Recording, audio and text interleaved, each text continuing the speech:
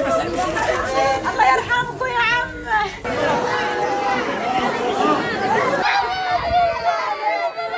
এই আর্তনাদ প্রিয়জন হারানোর 6 মাসের বেশি সময় ধরে চলা বর্বরতায় অবরুদ্ধ গাজা ভারী হয়ে উঠেছে স্বজন হারানোদের হাহাকারে। কেউ হারিয়েছেন প্রিয় সন্তান, কারো পুরো পরিবার শেষ হয়েছে ইসরায়েলি গোলার আঘাতে। শনিবার রাতে রাফা শহরে চালানো বিমান হামলায় প্রতিনিয়ত বাড়ছে হতাহতের সংখ্যা। ফিলিস্তিনি কর্তৃপক্ষ বলছে হতাহতদের বেশিরভাগই শিশু। এদিন বিমান হামলায় নিহত এক মায়ের পেট কেটে জীবিত অবস্থায় বের করা হয়েছে এক শিশুকে। রাফার একটি হাসপাতালে ইনকিউবেটরে রাখা হয়েছে তাকে। দখলদার বাহিনীর হামলায় বাবা মা ও বোনকে হারিয়েছে শিশুটি। এদিকে গাজার খান ইউনিসের নাসের মেডিকেল কমপ্লেক্স প্রাঙ্গণের একটি গণকবর থেকে বহু মরদেহ উদ্ধার করেছে ফিলিস্তিন কর্তৃপক্ষ।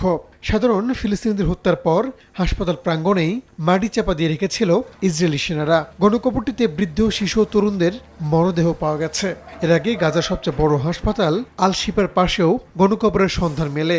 সেখান থেকেও বহু মরদেহ উদ্ধার করা হয়।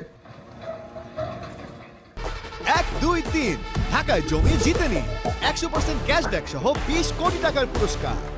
এদিকে লেবাননের সশস্ত্র গোষ্ঠী হিজবুল্লাহর ড্রোন হামলায় আহত ইসরায়েলের এক সেনা কর্মকর্তার মৃত্যু হয়েছে।